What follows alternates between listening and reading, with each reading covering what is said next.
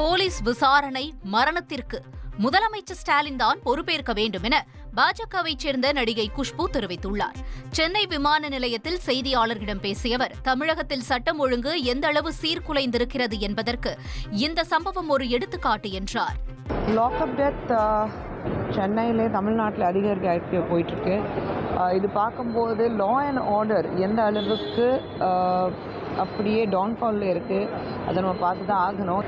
இந்த போலீஸ்காரங்கனால அவங்களுக்கு கொடுக்குற டார்ச்சர் இருக்குது.